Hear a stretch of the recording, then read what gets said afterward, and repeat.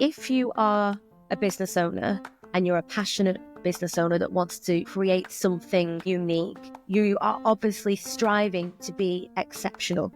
But to be exceptional, you have to stand alone. Hence, you are the exception. And so you have to live in a way that's different to other people to be able to achieve the things that other people have not. If you want to be exceptional, you have to be the exception. This week's Millennial Master is Amy Morris, founder and CEO of Pop-Up Global. Amy went from cruise ship performer to running a global entertainment brand, but not without a few plot twists. Instead of backing down, she used them as fuel to scale her business beyond the UK, land major contracts, and eventually relocate to Dubai. In this episode, we talk about how getting legal threats from Disney forced her to think bigger, why being the underdog can be your biggest advantage, and the real reason ambitious founders are moving to Dubai. Millennial Masters is proudly sponsored by Jolt, the UK's top web hosting service. Whether you're launching a WordPress site or scaling up a custom app, every great project needs a reliable home. That's why Jolt has hosting plans starting at just £3.95 a month, with unbeatable deals on domain registrations too. Why Jolt? It's a no-brainer. There's no waiting around with support within 30 seconds on live chat. Your site stays live no matter what with over 99.99% network uptime. And you can also pay with Bitcoin or American Express so you can rack up those points too. How good is that? Sign up today and enjoy your first 3 months free. Head to jolt.co.uk to get started. Amy, welcome to Millennial Masters. How are you today? Very good, thank you. So, there's so much to unpack in this episode, but we need to start from the beginning with your performing journey. What got you into performing? And from what I researched, one of your earliest jumps in your career was performing on cruise ships. What's the story behind that? So if you spoke to my parents, they'd say I was a performer since I was born. That's all I ever did from a really young age, through primary school, through high school. I just did all the shows. I was in the choir. I wasn't particularly academic. I mean, I applied myself and I did okay, but it was always drama, singing, dancing. It was always that kind of pulled me. And then as you approach like A-level and university age, it's when people start questioning, like, are you going to pick a more serious career now? Are you done with the singing and dancing? And I wasn't. It was the only thing that I really, really enjoyed and could see myself doing. I mean, from a young age, I said I'd be a pop star. Quite make it as a pop star, but that was always the line of work I wanted to do.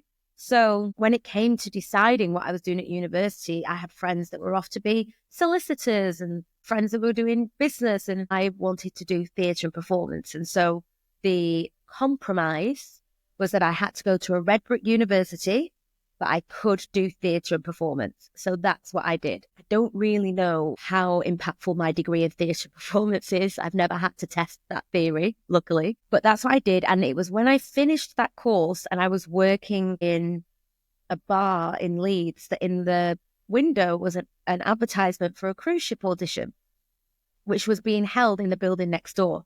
So I literally just said to my boss, tomorrow after the shift, can I leave a bit early so I can go audition for this cruise ship job? And to be honest, I kind of geared myself up for having to do a lot of auditions and see what happens. But I got the job, which was amazing. From the get-go? From the get-go, I just got this job working on board a cruise ship. And I had to ring my mum. I was like, Mum, I'm going away for a year to go sing and dance on a cruise ship. We'd always cruised as a family, so they kind of understood the concept of what I was off to go do. And that was 2012. So I was 22. And I went off and sailed the world singing and dancing. And I want to say living the dream, but it was probably the hardest year. Even now, 10 years on in business, that was probably one of the hardest years in terms of grafting that I've ever done. But I was traveling and seeing the world, and I met some of my friends that are still my best friends now, who actually also work with me now. So it was a real pivotal moment, I would say, was that year. So it was a formative year, but it was non-stop. Were you performing every night, or did you have any time off during that year? So it was a full year contract, but 3 months of that with the rehearsal period. And the particular cruise line that I worked for, you had to work 6 nights a week. But say guests were on board for a 2-week cruise, we had to, and that was quite often the case, we had to perform 11 shows, 2 plays, 4 cabarets, and 1 solo cabaret in a 2-week cruise. But bearing in mind, we did everything twice. So you rehearsed in the day, the full show. So I was doing 3 shows a day, 6 Wow. days a week. And then you would finish the show and you would go on top deck and you would perform another cabaret or your own solo cabaret. And if it was a sea day, you did a play twice in the daytime as well. So after your year performing on the cruise ship and meeting your now best friends who would become your business partners, how did you get into the business world? So all on purpose but incidental is the only way that I can describe it. I knew that I was always quite entrepreneurial. Throughout school, would put on shows in the local theatre and charge people. And I remember making like £1,000 when I was like 16. I was like, I can't believe I'm making this amount of money. And so I kind of had that in me. But when I left my second ship, my dad had been quite poorly. And so I was like his full-time carer. And I wanted to do something that kept me at home, but also allowed me to perform because I was still only 25. And somebody asked me if I would play Elsa from Frozen at an event in Preston city centre. Now, because I'd been working on ships, I didn't even know what Frozen was, which sounds mental now because I don't think there's a single person on this planet that doesn't know what Frozen was. But you can see why they ask you based on your looks. And my hair was really blonde at the time and longer. And so I said, okay, yeah, I'll do this. She was offering me like £100 to go. And I was like, oh, well, that sounds easy. I'll go do that. So I had to sit in my bedroom learning Let It Go, the song, over and over again because I'd never heard of it and trying to understand what this was about. And I didn't realise when going into this, like, how addicted to Frozen children were. It was almost like a cult these kids had joined about this film. And I didn't know that. So I went to Preston dressed as this princess. And I honestly was like mobbed. I felt like Beyonce. These kids were screaming out to me and everyone was asking for a photo. And because I could sing and I sang the song live and I had the actual hair, it went down really well. So I remember going home and saying to my dad, like, something in this. I need to do this whilst I figure out what I want to do with my life. So I set up a Facebook page and called it Pop-Up Princesses because I was popping up in different places. And that was the October of 2014. And by Christmas, I was fully booked. I had other performers working for me because then everybody wanted Belle and they wanted the mermaid and they wanted all these different characters that I found myself with a team of 10 traveling up and down the country, working full time, doing these children's birthday parties. And back then, and this is, I think, what has translated into our success now, is even then when it was children's birthday parties, the focus on standards, a premium product and a service unlike anything else was incredibly important to me then. And I think that's coupled with Frozen's success with that was why we blew up so fast. So that was the first time when you started working with other people and basically becoming a businesswoman and sending them on your behalf and representing Pop-Up Princesses around the country. And that's how Pop-Up Global began. But then it evolved. How did it evolve from there? So yeah, that was definitely my first taste of managing people. And again, when it comes back to how I ran the company then, was very much how I envisaged the company being. So I would hold these team meetings every week and I would do reports and everyone had to raise invoices. And I remember people thinking, this is quite intense. I'm just doing children's birthday parties. But I knew that I wanted to lay the foundations for a successful business. But then this is where it gets a bit spicy, Daniel. About 2 years in, I'm here for it. I got a cease and desist from Disney. Yes. And I get it. It's completely fair. But it is fair in hindsight. At the time, I was this young, naive girl that thought I was doing this amazing thing and didn't really think about licensing and IPs because a lot of other people were doing it as well. It didn't really cross my mind that I was doing anything wrong. But because of our success, by this point, we'd reached maybe 20,000 followers on Facebook, because that Facebook at the time was how I ran my business. Yeah, I didn't really think about the consequences of this. So I got this cease and desist from Disney. I think once they realized that I didn't have millions of pounds, they kind of left me alone, but they very much left me alone on we're watching everything you're doing.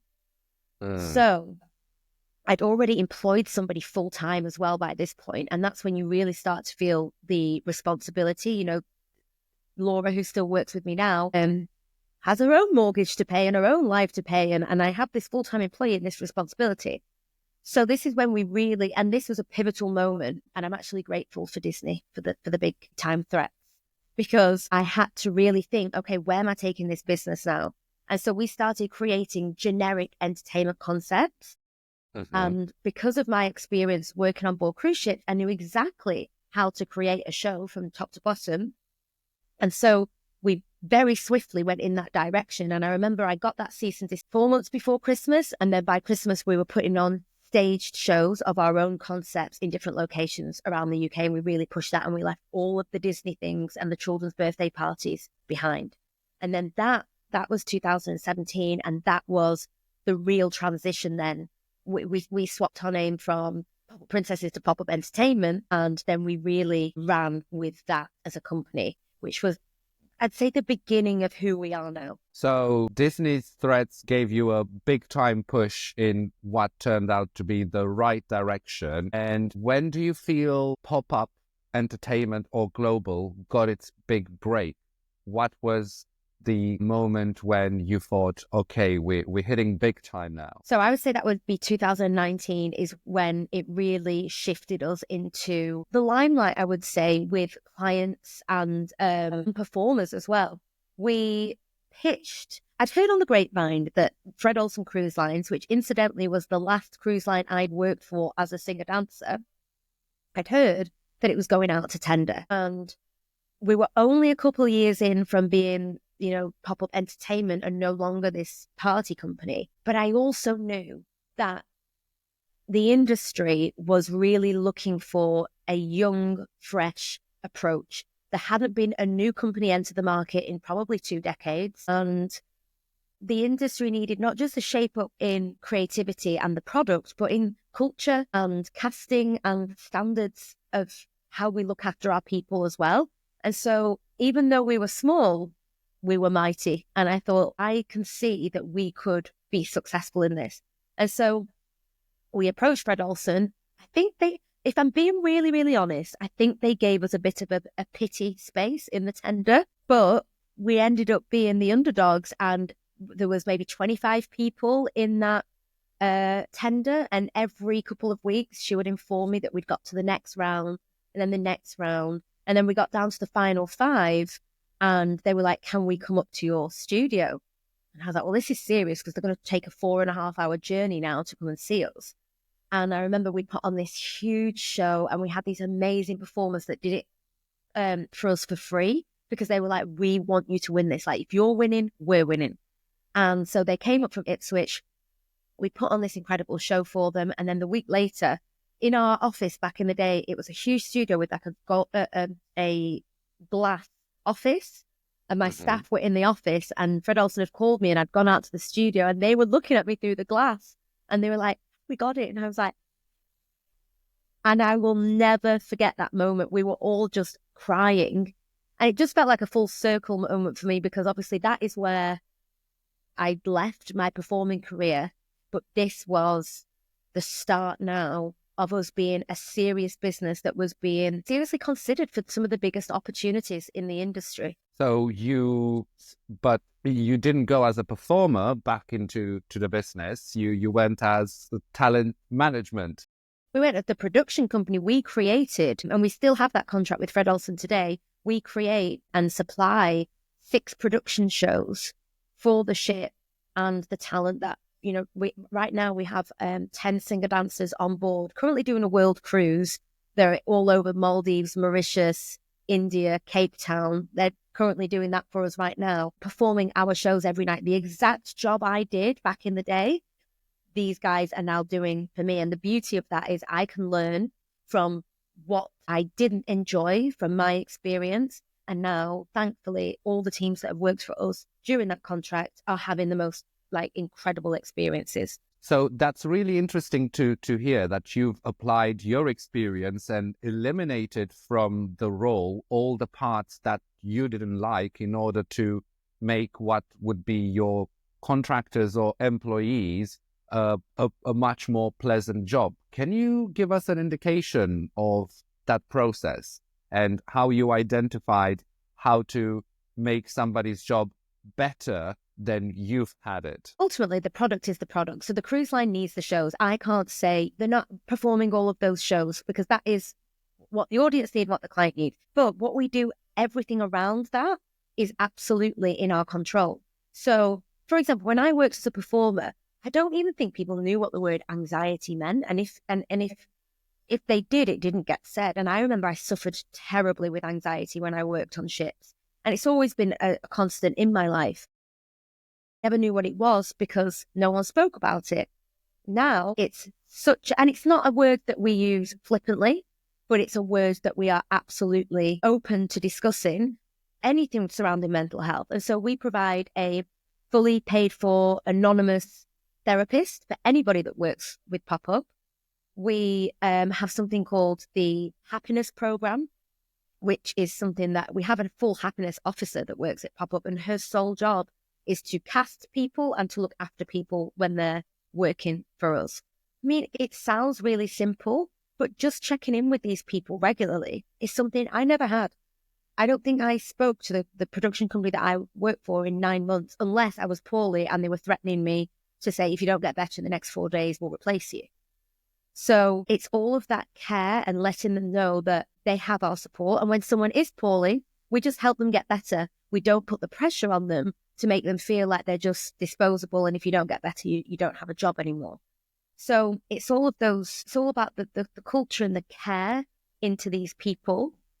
But we also hold things throughout the year, like we have our Elevate program, where performers are able to come and join us for a full day, where we train them in managerial skills so that when they do their next cruise contract, they could go back on as company manager or dance captain, or they could help us with delivering different projects that are shoreside. So we're helping people progress within their careers. We're not just squeezing them for everything that can benefit us and then just sending them on their way. We nurture these people.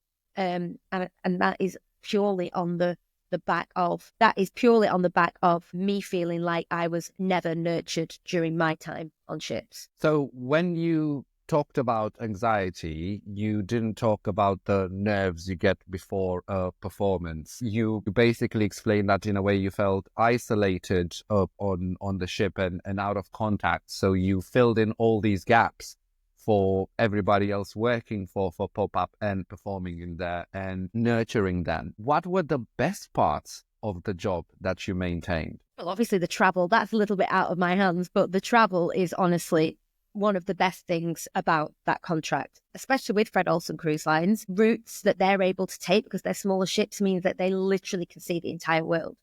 But we also create shows that are so versatile. You have to be a versatile performer to do this contract, because you might be doing musical theatre one night, soul and Motown another night. Then you might be doing a scripted show where you have to show more of your acting abilities. So there's a lot of variety there. And a lot of our performers come out so much stronger than when they began, that they can then go on to jobs that are perhaps like West End focused, or go on tours or different jobs that they couldn't maybe have got before. So that was Pop-Up Entertainment. How did we get from Pop-Up Entertainment to Pop-Up Global? So in 2021, we began discussions with a company out in Dubai called Majid Al Futtaim, who are, for anyone in the Middle East will know exactly who they are, but they're a massive company that own a lot of the malls out here. Now, I don't know if you've been to a mall in Dubai, but they're not like the malls in the UK. To the biggest one. Yes, they are malls on steroids. And so we began the conversations with them. They were wanting to enhance their facilities with an entertainment program. And by 2022, we won the contract for that. So then we began our expansion into the Middle East. But at the same So you were time, we still were based winning. in the UK at the time. We were still based in the UK, yes. And at the same time, we started being approached for entertainment in Cairo and in the Maldives and in Abu Dhabi. So it just made sense that now we were global. And so the name change just felt like a really natural progression with our global expansion. So at what point did you decide to move both yourself and the business to the UAE and in Dubai? So at the start of 23, we came here for 6 weeks. I say here because I'm in Dubai right now. We came for 6 weeks to work on the Majid Al Futtaim project. One, I saw the opportunity here for entertainment, but two, the lifestyle just suited me and my husband to a T.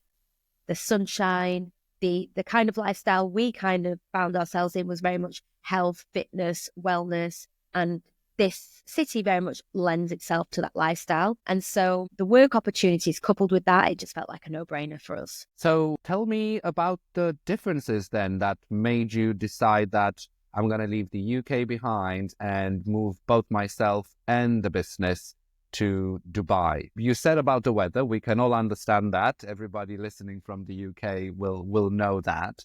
But there must be more than that. So what I will say is I still have my company in the UK and we still very much operate out of there. I would never leave completely when it comes to business because I still think there's great opportunity out there. And, maybe 80% of our talent are in the UK. However, the opportunities out here, and I think I can speak for probably most industries, are far larger than what the UK is offering at the moment. Not only that, the vision and the budgets that clients have out here for even just a one-off event are so much bigger than anything you will find in the UK, or maybe there's 5% of the UK that do events of that scale, but here they are all year round. And then you are obviously so close to other Emirates or other parts of the Middle East that are also thinking like that, Saudi being, a key one.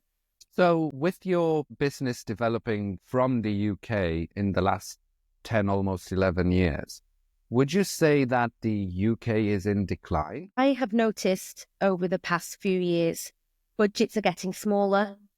The frequency in which clients are using entertainment as a marketing tool or whatever it is that they may use it for, it's becoming further and further down the priority list. And I completely understand that. But I also think there's a misconception around the impact of entertainment anyway. I think people put it so far down the priority list when actually, if you look around you, our whole world is based on entertainment. This right here is entertainment. Netflix, TikTok, what you read on your Kindle, everything is entertainment. Yet, when it comes to parting with money for entertainment, all of a sudden, it's not important. We don't need it. When actually the most valuable currency we have right now is attention from people. Is getting their attention. And the most valuable way of doing that is entertainment. However, the UK doesn't have the budgets for that right now. Luckily, we work with some great clients that have been able to maintain and grow on budgets year on year, but we also have had to work with a lot that don't have the luxury of that. And much to their dismay as well, they don't want to be going backwards when it comes to their entertainment strategy. I hope in the next few years that it will come round because UK is where I'm from and I still have a lot of love for it. And that country grew my business to what it is today. Life in the UAE as a businesswoman, a lot of people could think it's different than being a businesswoman in the UK. But now you spent a little bit of time there. Could you reflect on that and maybe explain if you felt discriminated in any way? A lot of people possibly have that misconception about the Arab states. Yeah. And I can only speak on my experience. I have faced far more discrimination in the UK, being a female in business, than I have here in Dubai and in the UAE and in Saudi, for that matter. I think that, again, just my experience and the industry that I'm in is such an eclectic mix of men and women here that it doesn't matter whether you're male or female in terms of people listening to what you have to say. think a lot of the decision makers out here as well are a mixture of men and women, which is great. However, the experiences I've had as a woman in business in the entertainment industry in the UK, and in particular trying to expand into like the cruise market or the bigger contracts, I have definitely faced some difficult times. Being a woman, I'll never forget, I think it was only last year, I was speaking with a client who told me to go put my big girl knickers on and get on with it. And I was like, it's 2024. That's not how we speak. That's not how. And needless to say, I don't work with that person anymore. But it's there's a boys' club in the UK, and a lot of the deals have been done on the golf course. And it's a lot of performers back in the day in the Butlins and the Pontins world that have climbed through the ranks, who are now decision makers in these big companies. And so the deals just get done with each other. And if you're a woman in this industry in the UK, it is extremely hard to show your value and to be heard. Do you think your age played a part as well in the UK, especially at the beginning when you were in your early mid-20s?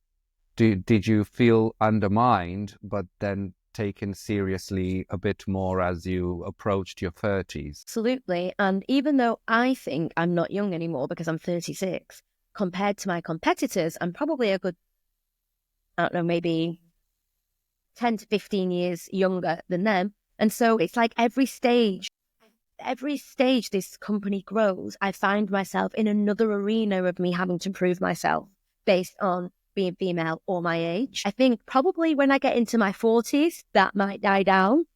But still at this age, and you would think that being in your 30s, you would be taken more, it's not being taken seriously. It's just the older men, again, in the boys' club are definitely the people that seem to be heard a lot more than the younger companies like mine. You know, it only takes a little look at our TikTok or our Instagram to show that we do things completely different for anyone else. Everything we're doing is for our Gen Z audience in mind. And so we come across very young, but we still have this year 11 years behind us in experience. But I think until maybe I get in my 40s, I don't think I will have that. I don't think I will be heard as much, sadly. We'll have to find out about that. I'm not in my 40s either, and all the millennials I've spoken to are just before that. So maybe that's for another series to be followed Perhaps. up. And do they feel the same? Yes, especially Pete, our common acquaintance, has always said that even though he was the expert in his field at his age, didn't feel that he was being taken seriously in the role. In my previous business life in local media, I felt the same when I was in my late 20s, early 30s. There was always an opportunity to try and put you down based on your age. And that's why I wanted to come back to you and see I know the entertainment industry can be tough. So can be the media industry. And I'm assuming you had moments when you felt that your competitors were trying to put you down and use tactics that wouldn't be seen as the most ethical nowadays. How did you manage to overcome those challenges?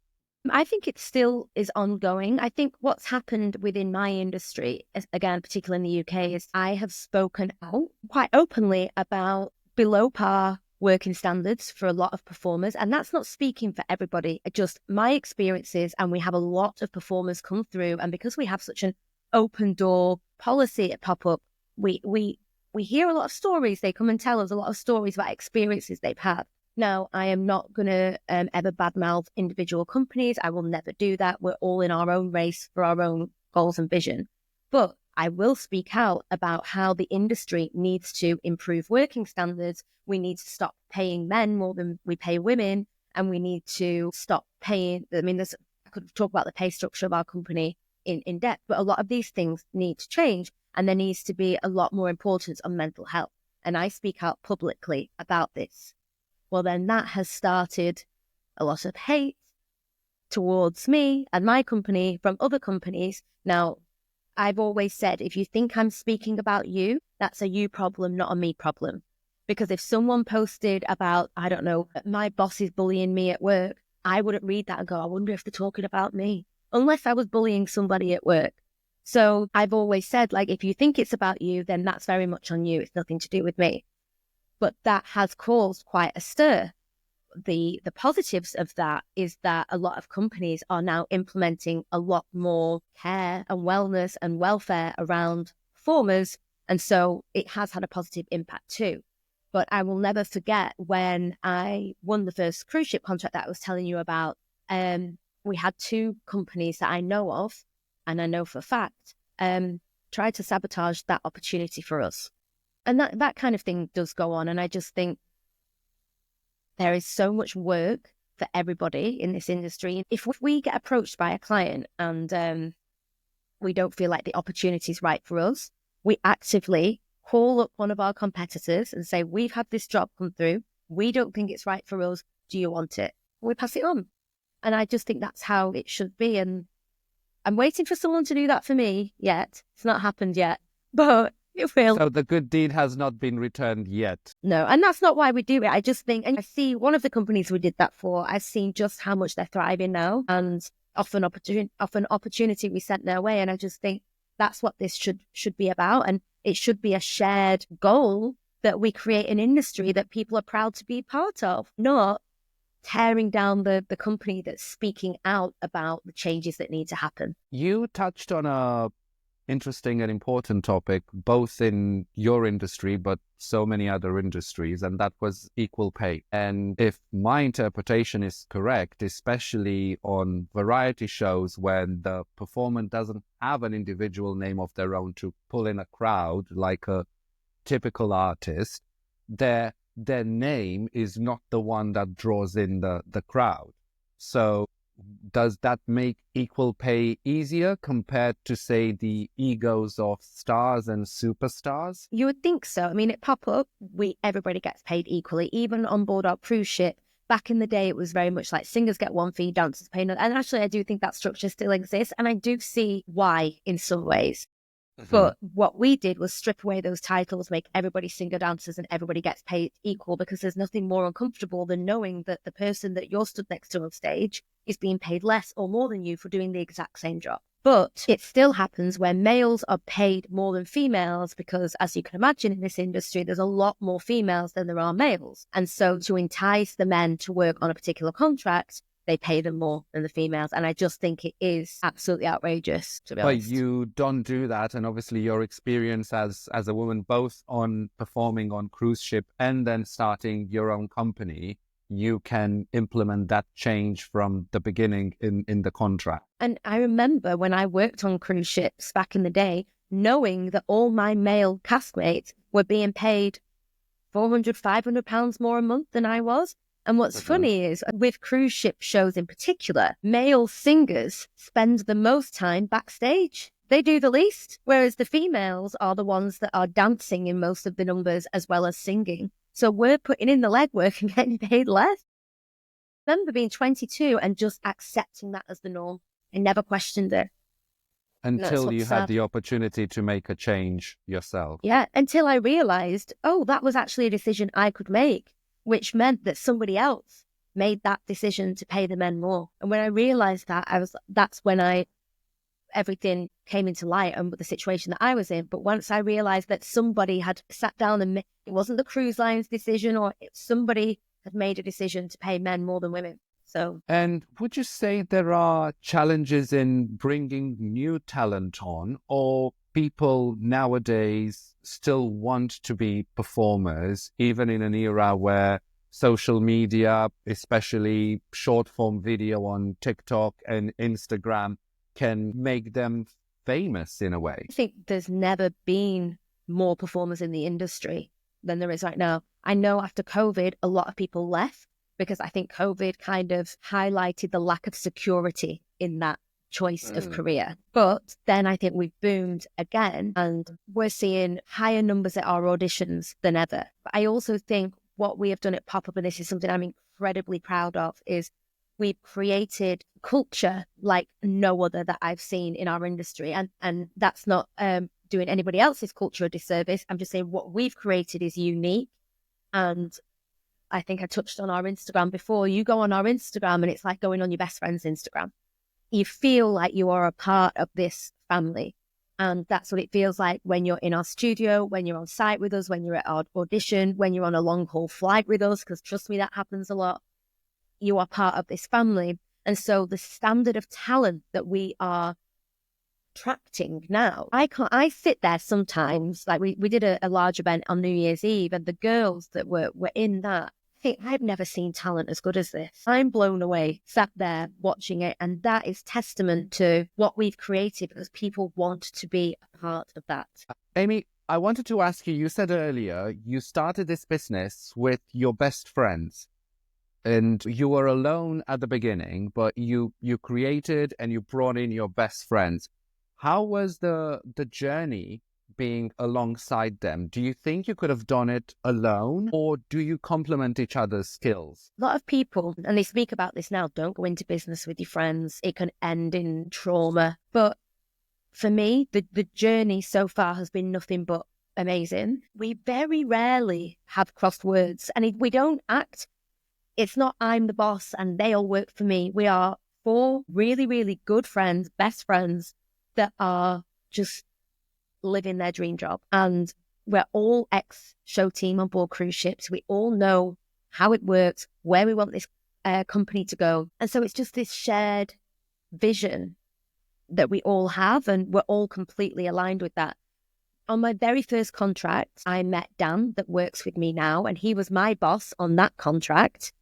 So we always joke about that, because I don't think I could have him tell me what to do anymore. But it's not just something we say like, oh, we're all best friends. We all just chose to go on holiday together in January. We all went to the Maldives together for 5 days, which is, it's just us on an island we can't get off. And that is because we are genuine. That is a genuine love and friendship. And then when we're there, all we talk about is where we're going to take Pop-Up in 2025. Where are we going to be in 5 years? We should do this for our performers. Oh, we should get this new merchandise. We just live, breathe, and eat this company in a way that is authentic. It's not forced, and everything that you see online about what we talk about. So you managed to maintain an open line of communication and align all this vision across a decade. So would you say the secret is constant communication, or is there any other secret sauce that other business founders and entrepreneurs should keep in mind along with their co-founders? Yeah, I think constant communication, definitely. Sorry, I'm really just thinking about this on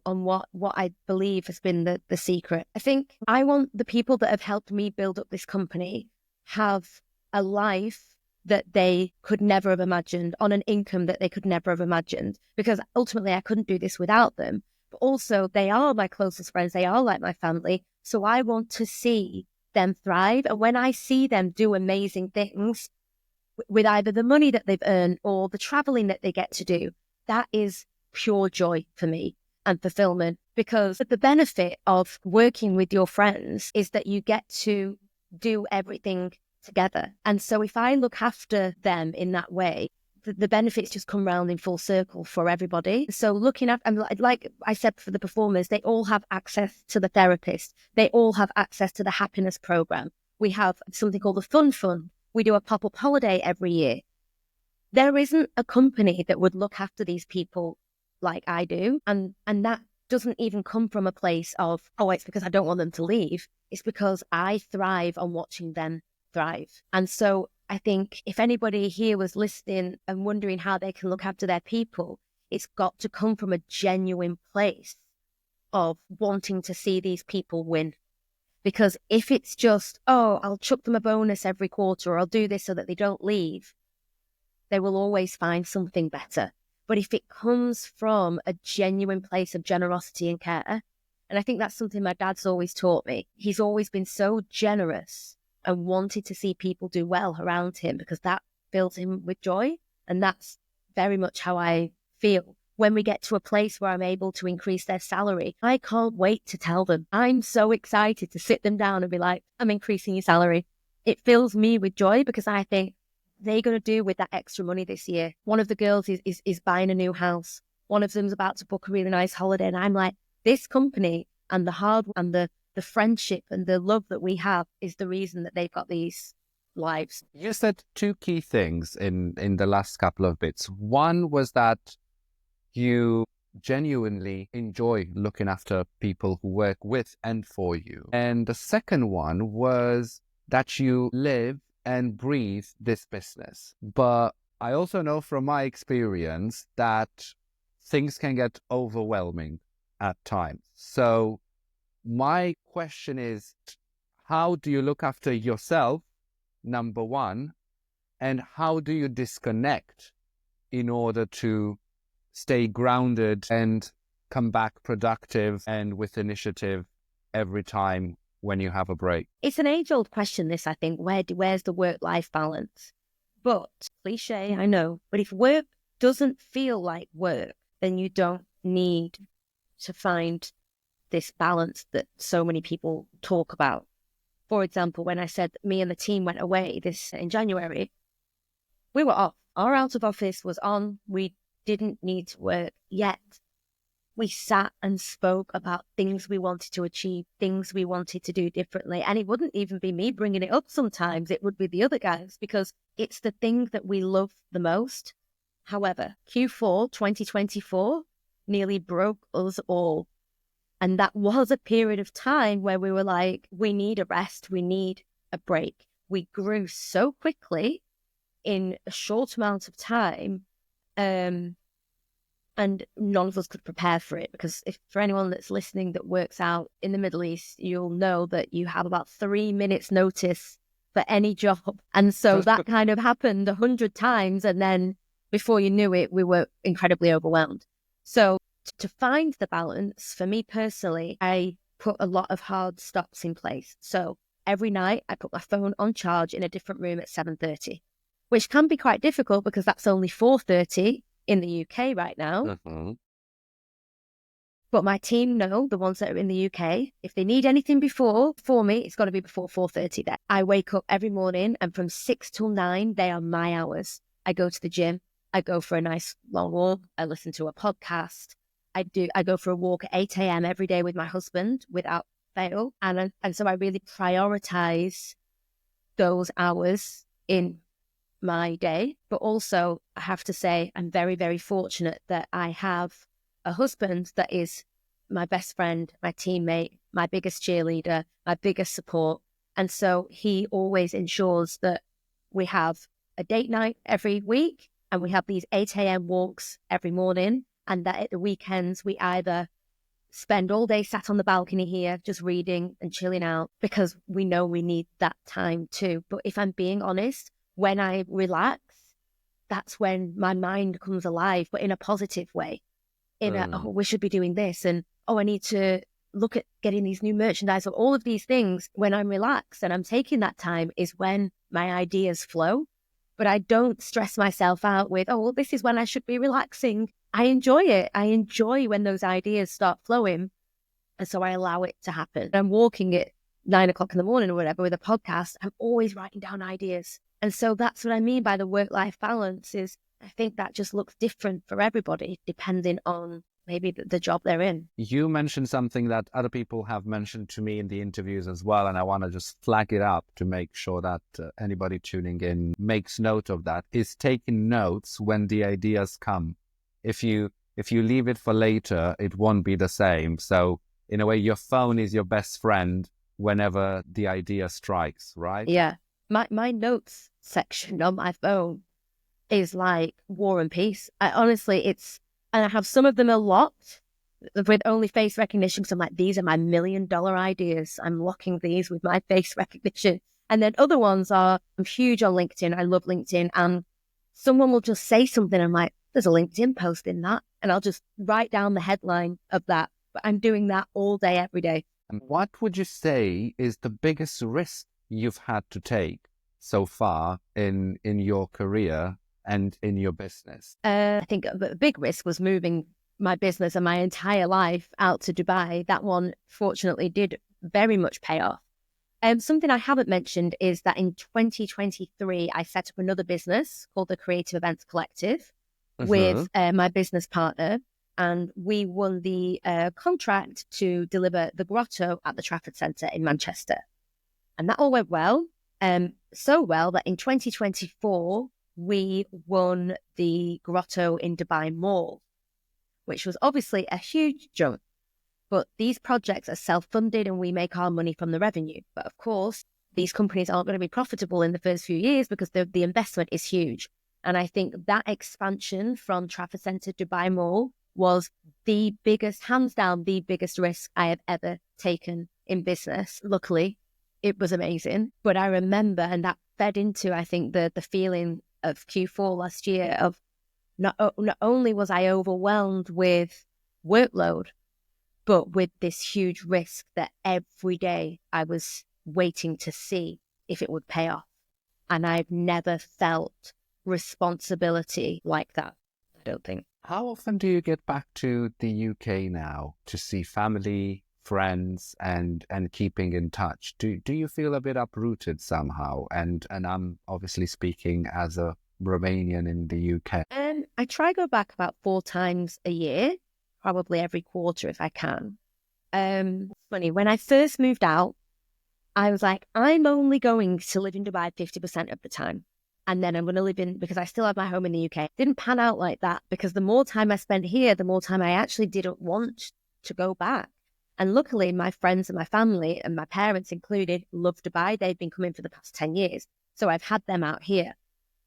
And what the strangest part is, every time I go back, you forget that the world just carried on when you left, and you come back and people have had children, or people's children have grown up, or all of these things. And my life now is so different. My life now is so different to anyone else's life because of the experiences I've had in a completely new country. So when you go back, I've got my core best friends where nothing changes, but actually on the outside of that, a lot changes. And it is strange. And every time I go back, I'm like walking up and down the aisles in Tesco and I think, this feels strange. It feels weird. But I always enjoy going back and I look forward to going back.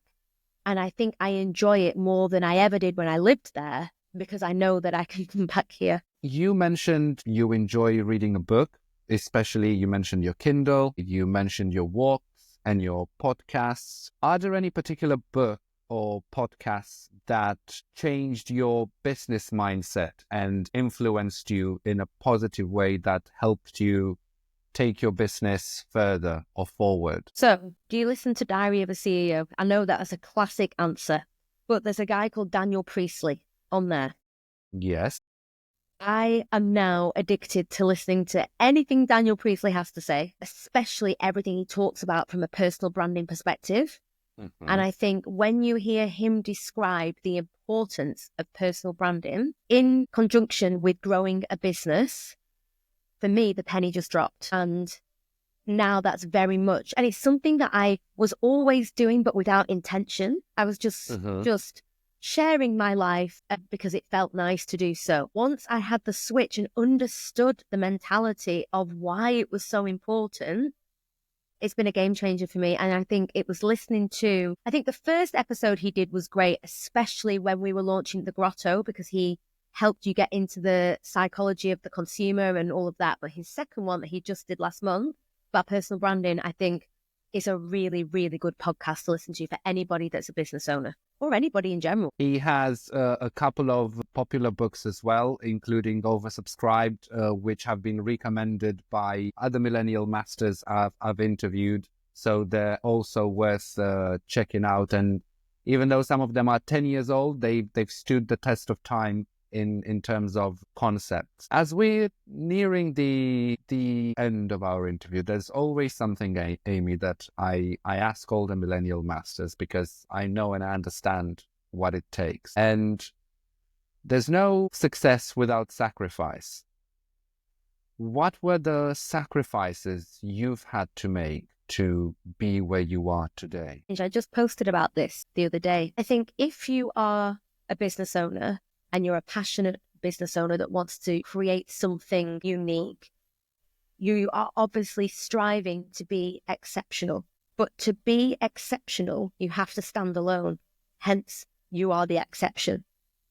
And so you have to live in a way that's different to other people to be able to achieve the things that other people have not. And so all the way from when I was doing princess parties, I would go to bed at 9 p.m. I'm not going out with my friends. I'm not doing the things that other 25-year-olds were doing because I had a job to do. And I feel like that very small sacrifice just gets bigger and bigger as the business scales.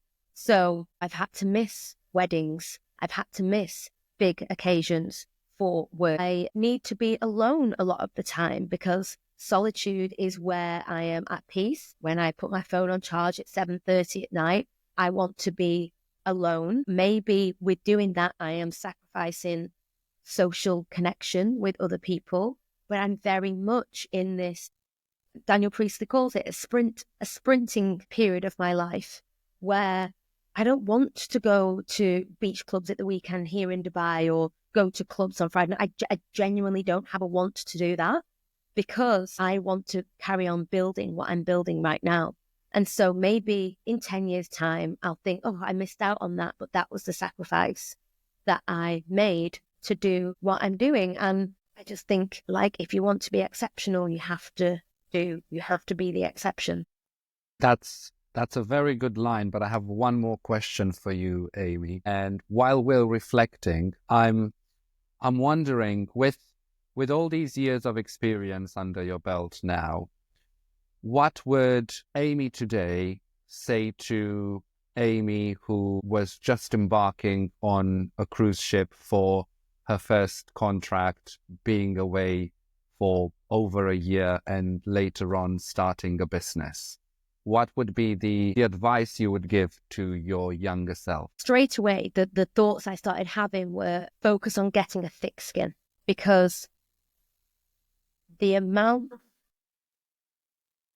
of situations that are going to be thrown your way, you need a thick skin. Because if Amy then had to deal with the things that Amy now has to deal with, she never would have been able to cope. But it's with that resilience and that bulletproof armor that I now have wrapped around me that I honestly, especially after last year, believe you could throw anything at me now and I think I'll cope with that. Anything else that comes to mind? Obviously, confidence and resilience are key for any entrepreneur in their journey. I think focusing on having a small support network of people that you can trust is key. I don't think when it comes to a support network, I don't think it's about quantity. It's about 4 or 5 people that understand what you're trying to achieve, that understand that for periods of time, you might not WhatsApp them back for a month, or you might not be able to see them, or that you might call them up out of the blue and say, I need you. And that will be reciprocated. But I think one of the biggest keys to my success is my parents, my husband, and my closest friends who, yes, in my circumstances do so happen to also work for the company. But it's about focusing on a handful of very good relationships rather than being as popular as possible and having a ton of connections. Just don't think that's conducive for a good support network. Some great insight to wrap up our conversation today, Amy. It's been great to hear your story and your journey, and I'm looking forward to seeing where you're going to be taking Pop-Up Global next. Thanks for sticking till the end for another great episode of Millennial Masters. But don't keep this to yourself. Please share the wisdom with someone else. And it will also help me spread the word. Don't miss out on my book club and extra features. Get them in your inbox every week. Simply subscribe on millennialmasters.net. Catch you next week.